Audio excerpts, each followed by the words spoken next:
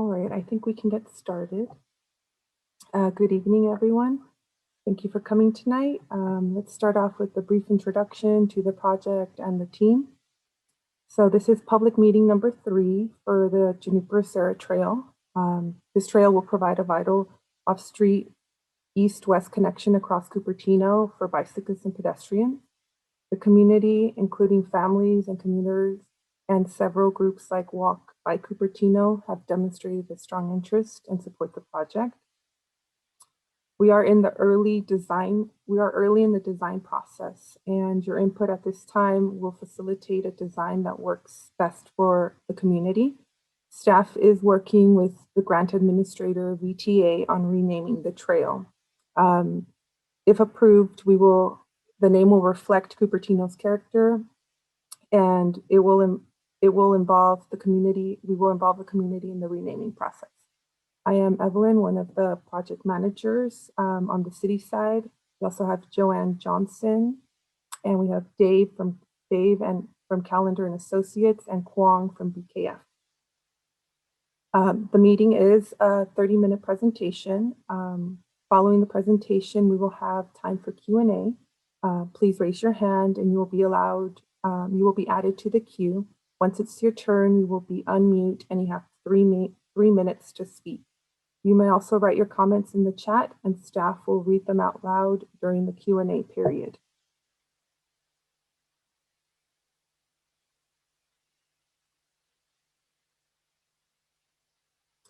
This is the agenda for tonight.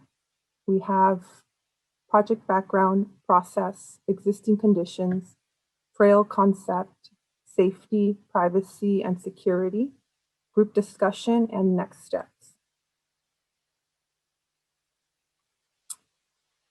So this is the part of the project background. The project is consistent with a number of local plans, including the bicycle transportation plan and the pedestrian transportation plan. Both plans outline goals to enhance mobility and improve bicycle pedestrian connectivity within the city. Both plans identify JST as a Tier 1 project.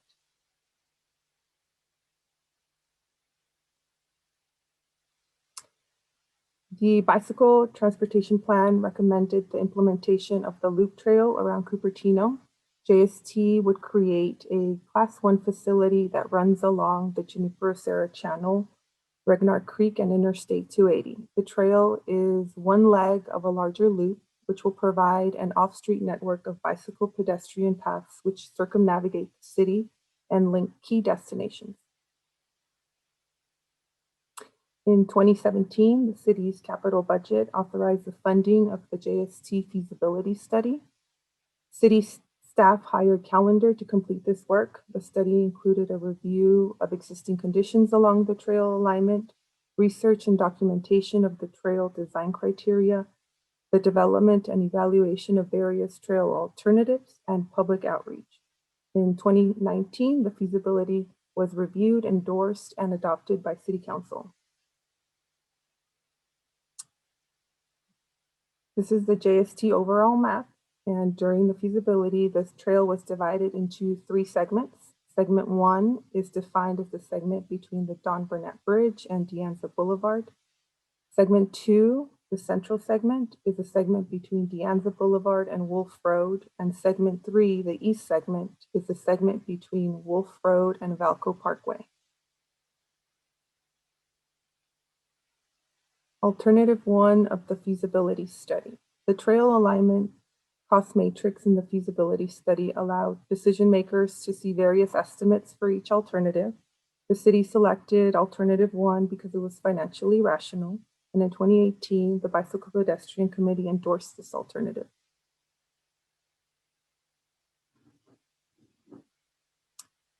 JST Central and JST East.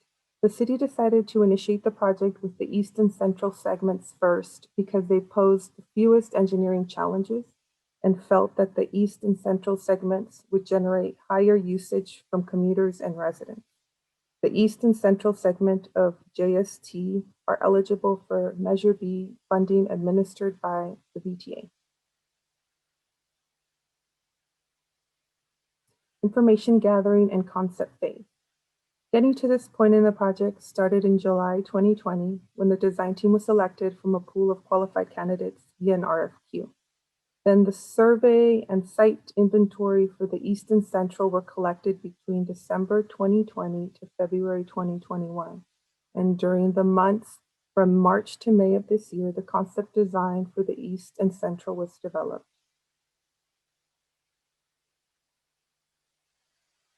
The public meeting phase. We have 3 community meetings to provide input. Tonight is the last meeting in the series with a focus on citywide input.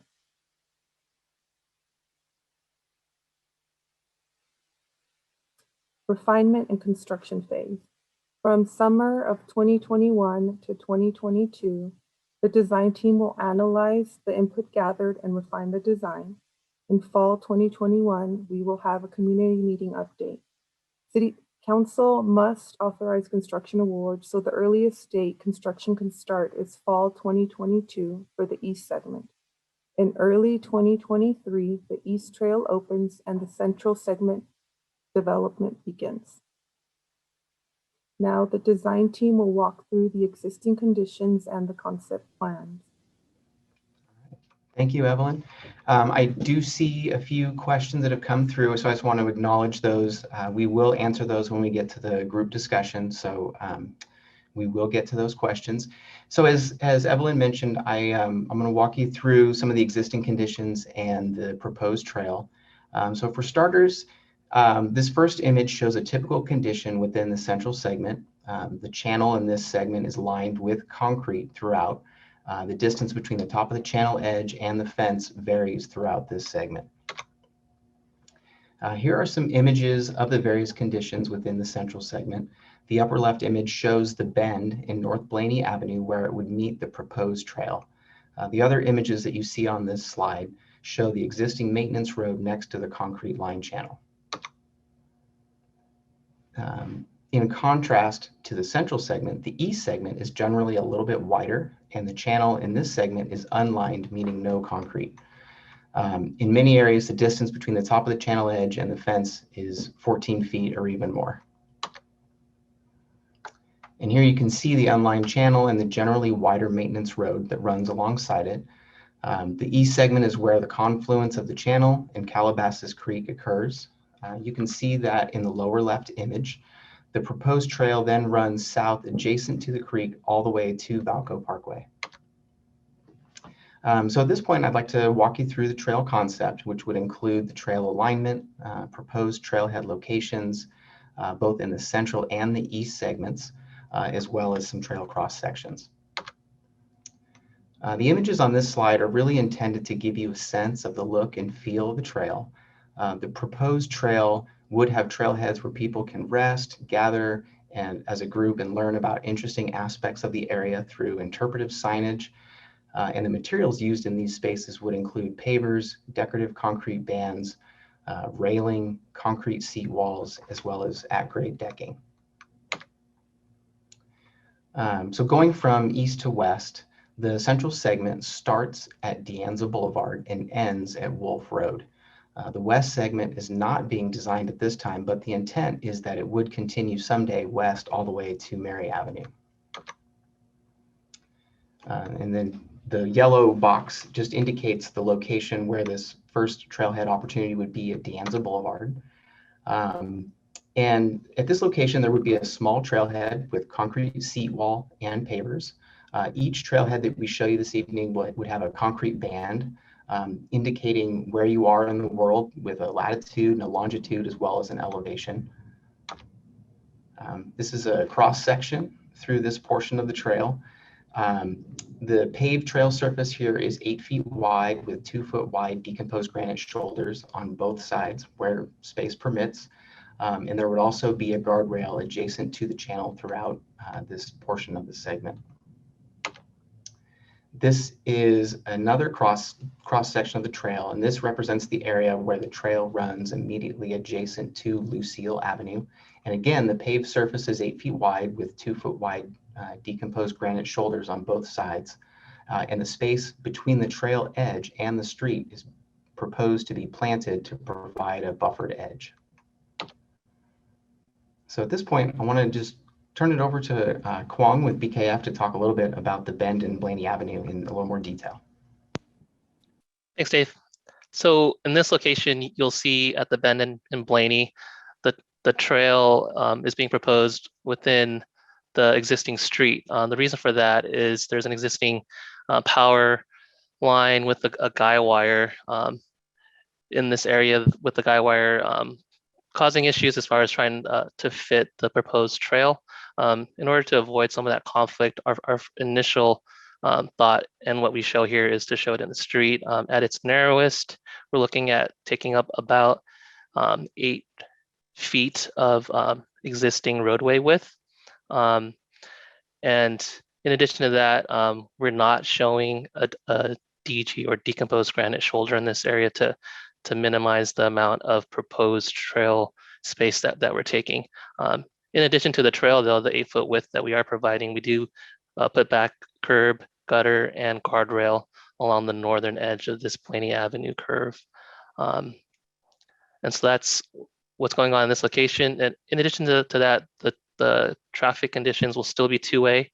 And we've been studying vehicle turning movements for emergency access and fire trucks and things of that nature. All right, thanks, Kwong.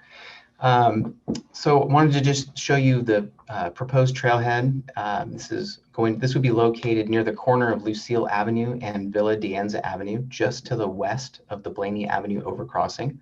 The trailhead here provides seating, pavers, landscape improvements, as well as an interpretive sign and a new crosswalk promoting safer access from the neighborhoods to the south. And then here's a cross section through that trailhead. So notice that the channel is actually underground and runs in a culvert directly beneath the trailhead at this location.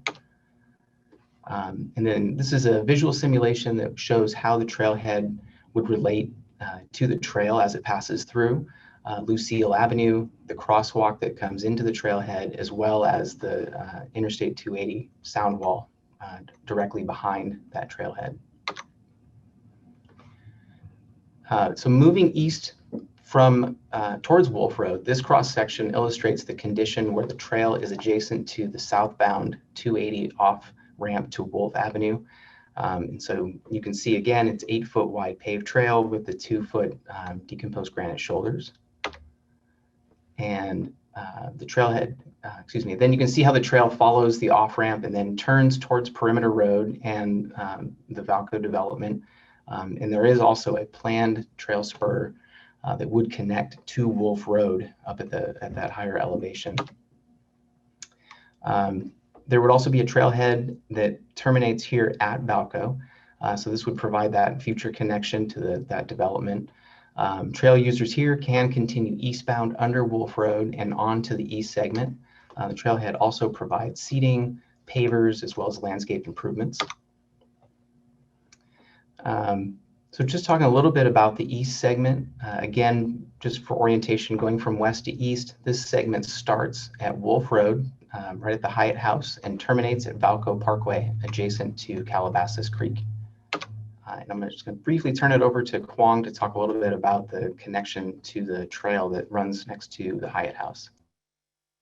Yeah, so as part of the Hyatt House development, that project installed a pathway from Perimeter Road and ends where the channel begins there to the left of this image. It's 8-foot wide, and that's where we pick up from to conform and start showing the concept and pathway for JST East. And so here's a typical section behind the Apple campus. And again, the trail is 8 feet wide with paved section as well as 2-foot wide decomposed granite shoulders. In some areas, we would also need a low retaining curb or a wall just to provide a level area to construct the full width of the trail that we're proposing here. And then where the channel meets Calabasas Creek, the trail turns to the south, and there is a really good trailhead opportunity at this location that we've really called the Promontory. This trailhead provides a good observation point of the confluence of Calabasas Creek and the channel. So we would be proposing decking along the creek side of the trailhead and then pavers elsewhere. Seating is also provided beneath the existing redwoods, and an interpretive sign is proposed on the railing talking about the flora and the fauna of the creek that runs right by this location. And then here's a visual simulation of that trailhead looking towards Calabasas Creek. And you can see the trailhead's relationship to the trail as it bends and turns to the south towards Vallco Parkway. Now here, because there's more space available, the trail widens along Calabasas Creek. Here, the paved portion of the trail is 10 feet wide, with 2 foot wide decomposed granite shoulders for a total width of 14 feet. No guardrail is proposed between the trail and the creek, since the slopes here are really less severe and the distance to the creek is also further. And then this is just indicating how the trail approaches Vallco Parkway, the yellow box indicating where our final trailhead is. And so this trailhead would direct users to the signalized intersection at Main Street and Vallco Parkway, and also ties into the existing sidewalk in front of Apple.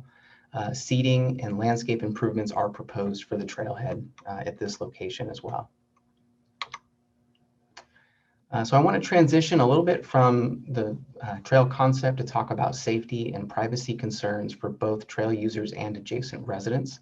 The slide you see shows a photo of an existing fence behind a residence. And while there is a fence in place, there's not much in the way of privacy for the resident in this case. But the city understands that there are different conditions throughout and will evaluate fence conditions on a case-by-case basis along the entire trail alignment. Depending on need, the city may evaluate a trail patrol program for the trail and once it's developed. Another idea are the use of milestone markers. This is something that's been implemented in the city of San Jose. It can be a good tool for emergency response. Calling 911 and giving the dispatcher a milestone marker location gives first responders a quick way to find someone that might be in distress on the trail. Generally, lighting is not planned to be a component of the project. The trail will have hours of operation from dawn to dusk, just generally as a matter of policy. But to assist trail commuters in the winter months, some low-level lighting may be considered at some of the trailheads. So I think with that, I'd like to, we'll open it up for group discussion. We say 60 minutes, but we can certainly be here as long as you need to, if we can answer all your questions. So you can submit your questions through Zoom Q&A, or you can join the Zoom queue, and we can hear your voices and provide some responses to any questions that you've got. If you're not comfortable with either of those, you can also email jstproject@cupertino.org with any other follow-up questions that you might have that you didn't think about tonight. So I think with that, we can start looking at some of the questions that have come in. So Jennifer Griffin has asked, what is the surface of the trail composed of?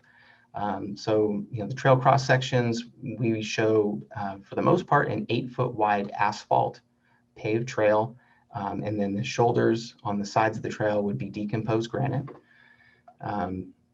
The only place that's different is in the east segment, where right along Calabasas Creek, we've got a little more space. So we would do a 10-foot wide trail of paved asphalt in that section. Another question also from Jennifer Griffin, can strollers or wheelchairs go on the trail?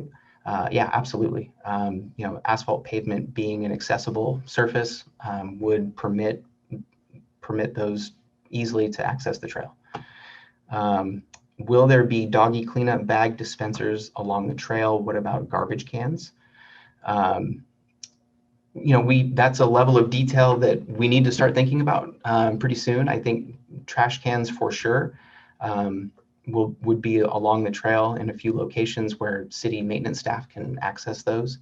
And I think actually the doggy cleanup bag dispenser is probably a good idea. I don't know if anyone from the city has, if there's precedent in the city on other trails with that kind of thing. David, do you have an answer for the doggy bags and the trash cans along the other trails? Yeah, I know we have them throughout our parks in Cupertino. I don't know if we have them on other trails. I imagine we probably do, but we certainly have them in the parks. So I don't see, you know, I agree. It's probably a good idea to have something provided along the trail for dog cleanup. So most likely we would. Thank you. So this next one, in a heavy rain year, oh, did you already answer that? I think it said, the question disappeared on me. I think it said, in a heavy rain year, how do we deal with the flow in the channel? And is there extra space for it or something like that? I don't know if Kwong or Evelyn, you want to answer that? Yeah, I believe the hydraulic analysis for the channel, I don't think we've performed it yet. Kwong, is that correct? Right. So we've received a partial model of the channel. It's focused on Calabasas Creek, and that was received by the Santa Clara Valley Water District. During the next phases of design, we'll take that model and add to it to confirm what heights of water we will see in those different rain events to make sure that we're setting our trail elevation accordingly.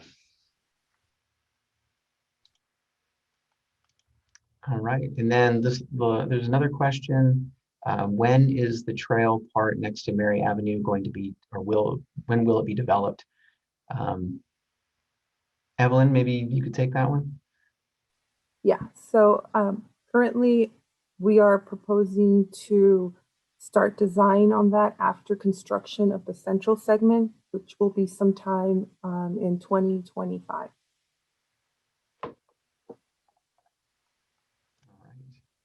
And I see a couple of hands raised. Let's see, I'm going to start with Peggy Griffin. If you can just unmute. Good evening. Can you hear me? Yes, we can. Okay, I want to thank you guys for the presentation and for answering some of my questions. I am in support of this trail. I'm concerned. One comment is the mile markers. I feel like it should be a quarter mile, every quarter mile, having had an accident on a trail. Every mile is not, you have no idea what mile marker you just passed. But a quarter mile narrows it down to the closest street. Anyway, also, I would like you to go over, currently along Lucille Avenue, we have a fence that separates Lucille Avenue from the ditch. Right. And could you please go over Lucille, the whole length of it, and explain what parts of it will and will not have fencing? Thank you. Sure. Yeah. So start with your milestone marker comment. The project I mentioned in San Jose, I do believe they have them at a quarter mile. So I agree with you. I think they should be closer than 1 mile apart. And so I think if we implemented that here, we would have them about a quarter mile. So regarding the fencing, there will be a guardrail between the top of the channel and the trail along that entire edge. So that is a fence. We are currently not showing a fence between the trail edge and the street, but we do have about a 5-foot wide planted buffer area. And so we could certainly do a low fence, maybe like a split rail fence. That's actually something that we had discussed or explored in the feasibility study. But it would be a little added cost, but it would provide a little more separation, I think, from the street. So I hope that answers your question, but that would essentially be the condition between Lucille Avenue and the channel for the whole way. I don't know if Evelyn or Kwong, if you wanted to add anything else, but I think that's pretty much it. Okay. Let's see, I've got another raised hand. This is Laura Bowser. If you can unmute yourself. Yep, can you hear me? Yes, we can. All right. Thank you very much for the presentation. The trail is certainly going to be an exciting addition to the city. And I don't have a question as much as a comment. I work on the Vallco development, and we're heavily investing in bike and pedestrian connectivity throughout our district in the city, including some of the areas that are shown on this plan. So just wanted to say that, you know, we're excited and eager to coordinate with you guys and create a great bike and pedestrian program in the city. Well, thank you. Let's see. I see some other questions. Here's a question. Can the residents add a gate to their backyard to reach the trail? I think I will throw that one to the city. Just that's more of a policy question. At the moment, we are still figuring things out regarding the regarding fencing for residents. So this is to be determined. And I'll add on to that, our experience in the past is that as long as the trail is owned by the water district, that they don't allow any private resident access directly onto their trail. The reason being they need to control access to their property in the event that they have to perform maintenance activities or there's some kind of hazard that needs to be addressed, and so they can't have individual gates leading onto their property that they don't have control over. I know with Regnart Creek, we will not be installing any new gates in backyard fences into the trail. I have heard though that if you have a gate and you don't do anything to your fence, the water district is likely not going to come out and make you remove it. But at least for Regnart Creek, and I would imagine similar policies would apply here, that new gates onto the trail in backyard fences probably won't be allowed. Thank you, David. This next one, I think, is also maybe one for you, David. Will powered vehicles be allowed on the trail, such as e-bikes, scooters, and skateboards? What would be excluded? Sure. Yeah, that's a pretty complex answer, actually, and it comes down to the type of electric vehicle that we're talking about. The vehicle code defines 3 classes of electric e-bikes depending upon the maximum speed and what effect pedaling has on the motor. And the way that the vehicle code is written is that on trails, class 1 and class 2 e-bikes, which are kind of the slowest you could call them, are allowed on trails unless specifically excluded by ordinance.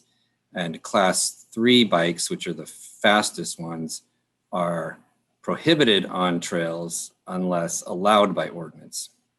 So that would be the default position once the trail opens. And then, at a later date, if it turns out that we need to either exclude class 1 and 2 or include class 3, we can address that through ordinances and changes in the Muni Code. All right.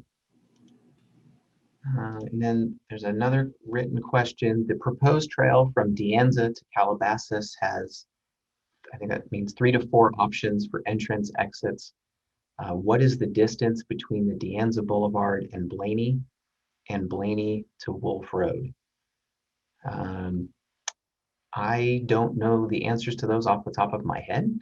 I don't know if anyone's got that where they can measure it. But I don't know the answer to that off the top of my head. And then there's a follow-on which says, what additional access opportunities could there be for the neighbors behind AC1 and Lucille and the neighborhood east of Blaney? De Anza to Blaney is about 2,500 feet. De Anza to Blaney, so about a half a mile. And how about Blaney to Wolf? It's probably about the same, maybe a little further.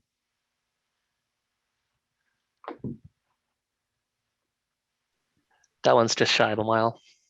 Just shy of a mile. Okay, so about a half a mile from De Anza Boulevard to Blaney, and a little under a mile from Blaney to Wolf Road. Sorry, excuse me, I misread that. It's about 3,200 feet, sorry, for the second one. Okay, Sorry. so a little over a half a mile. Yeah. Gotcha. I don't know if I totally understand the second question. What additional access opportunities could there be behind AC1 and Lucille and the neighborhood east of Blaney? So, east of Blaney, I know, at North Portal Avenue, there's a Cal Water has a facility, and we have been in discussions with them for an access there. At this point, that is not really something that we're able to pursue. We don't fully have cooperation there. So that would be one location that we explored. Really, the whole frontage of Lucille Avenue would be an access spot. I mean, I think there would be openings in either the planting or if we did a low fence there, so people would be able to access that whole edge.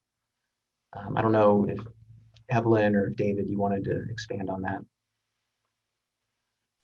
Yeah, we are trying to work with Cal Water to provide that access point on North Portal Road. So that is to be determined. And there likely would not be direct access to the trail from AC1. I think Larry's referring to the Infinite Loop Apple campus there. Because similar to the Water District, Apple likes to be able to control access onto their property. And so they've indicated that they don't want any direct access to the trail or to the property from the trail. So they're likely, De Anza or the Apple employees at the Infinite Loop campus would likely have to access the trail from the nearest trailhead, which would be De Anza Boulevard. Got it. Let's see. And I see a couple of hands raised here. So I'm going to finish. We've got two more questions, then I'll switch over to the raised hands. So Jennifer Griffin, will private company bikes like Lemon or bikes for hire or scooters for hire be allowed to be picked up or left on the trail? David, do you know the policy regarding like e-bikes or that for hire? Well, we don't currently have in Cupertino any e-bikes or e-scooters around. So currently it's not an issue. It's something that we're continuing to look at, and we may in the future have e-bike or e-scooter program. We certainly would probably prefer they not be left on the trail. But this is something that we'll have to address as we move forward in establishing policies with the e-scooter or the e-bike companies. And then I got a question here also from, this is from Jack Carter. Is there an anticipation of homesteading, homeless encampments along the trail with the new access? If so, is there a plan to address it? So I can take this one. It would be no different if it occurred at any other city location. We would notify code enforcement, the sheriff's office. Another alternative would be to reach out to like appropriate agencies to provide support services and relocating individuals that do take over if there's a potential for homeless campus or anything like that. Okay, so I'm switching over to some raised hands. Peggy Griffin, if you want to unmute yourself. Yes, thank you. I wanted to clarify, my question for fencing was, there is an existing fence right along the Lucille Avenue. And if you review the conceptual plan comments from the neighborhood, they do not want fully open along Lucille. So they didn't even want an opening at Larry Way. So a low fence at least, something, some kind of barrier along Lucille to the trailhead would be preferred. Right now, there's an existing fence and it's not on the other side. It's not on the north side of the ditch. It's on the south side of the ditch. Correct. Correct. So that's my comment, is that people prefer some kind of barrier between, they're concerned about people hopping in, theft, hopping on the trail and taking off. So some kind of barrier to slow them down. That's a fence, not just vegetation, because we do have vegetation already, would be preferred along Lucille to the trailhead. Thank you. Gotcha. Thank you. Okay. And I've got Larry Dean also, if you want to unmute yourself. Great, thank you. Yeah, I just wanted to follow up a little bit on my question and comment to you. To Peggy Griffin, I completely understand and empathize with security concerns that people have. My point is, the people in that particular neighborhood, and then the one that's over in Merritt and say Portal, if they want to go to Vallco to shop, they're either going to have to almost get in the car and walk over to Stevens Creek and make a loop around, or somehow get to the trail, and the trail will drop them off. But going downstream, I think I would like to see it so it's easy for people to get from point A to point B and not have to, travel 3 times the distance to get to where they go. And so that's kind of that was my question on that. And I think that's enough for now. The other thing I would say is that this trail in the early going is going to be heavily used by the Apple folks and not so much by everybody else, because it's going to be a channel trail from AC1 down to Vallco Parkway near AC2. It doesn't bother me that it is ending up that way, because Apple is contributing a ton of funds for this, but I'd like to see it be more generally open to the immediate neighborhood and then the general neighborhood for the citizens. So those are my comments. Yeah, no, I hear you and appreciate the comments. Yeah, it's a challenge. A lot of the channel is not accessible to public right of way, and so we are exploring some of those options. As we mentioned, like at North Portal Avenue at the Cal Water facility, looking for some more access locations along the way. So yeah, we hear you and we understand that would be a benefit to the project for sure. Let's see, I'm not seeing other raised hands or questions at this time. Evelyn, I can go to the next slide and we'll keep monitoring if other questions come to mind, but I know you had some next steps you wanted to walk through.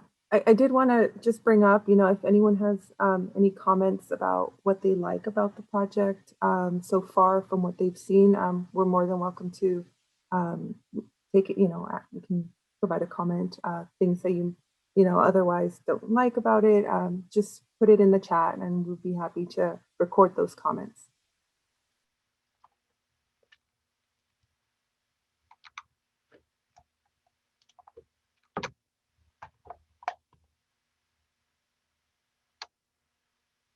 Oh, you're on mute.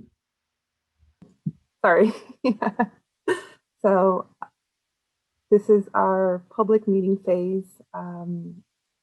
So this is in the community input is important to us. And to the project team. So we want to make it a priority to have residents involved in the design process. We have concluded the last meeting in this series for this phase of the project. I believe Larry might be raising his hand. Yeah. Well, let's finish this slide and then we can answer Larry's question. Okay. So this is the refinement and construction phase. So from the summer of 2021 to 2022, the design team will analyze the input that it gathered, refine the design. In fall 2021, we will have a community meeting, provide updates. Like we mentioned before, council must authorize the construction awards, so the earliest construction could start in fall 22 for the east segment, and in early 2023 for the east trail opens and the central development begins.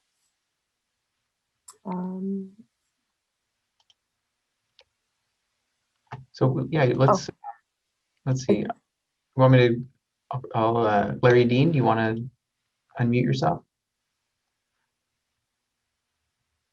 Yeah, no need. I just want to say thank you. Keep up the good work. Looking forward to this. All right. Well, thank you very much. I didn't want to cut in front of Larry. This is Roger Lee. I'm the Director of Public Works, and I really enjoyed. This is my third meeting that I've been able to sit in on, and Evelyn, David, and Kwong, thank you very much for getting these organized for us. And what I've said at the last couple of meetings is, we're in the conceptual design phase for the segment one right now. And what that means is we've not made decisions yet. And that's why the input that we receive, and this is really our best attended meeting of the three with the most questions, it's really just the ideal time for us to hear these things, because we can steer this many different ways, and it happens through having engagement and having your input. So I don't want you to think that that we're at final design, that decisions are made. That's far from it. We're working through the process. There's going to be other opportunities for the public to provide input, and we'll be going back to our city council with recommendations, and of course they'll have to provide authorization to proceed with construction. So there'll be many more opportunities for the public to be involved with that. So I really just appreciate everyone attending, and don't hesitate to submit any of your comments, even if it comes to you after tonight. Thank you, Roger. Yeah, so we will have these videos posted on our website. So if you want to go back and go through it, you may. We appreciate any feedback, so you can share your thoughts via email at jstproject@cupertino.org. You can stay updated by joining our JST notification e-notification list. You just go onto our website and input your email. You'll receive periodic updates regarding the project and its status and where we are. And thank you so much for attending our meeting. We really appreciate it. Have a good night.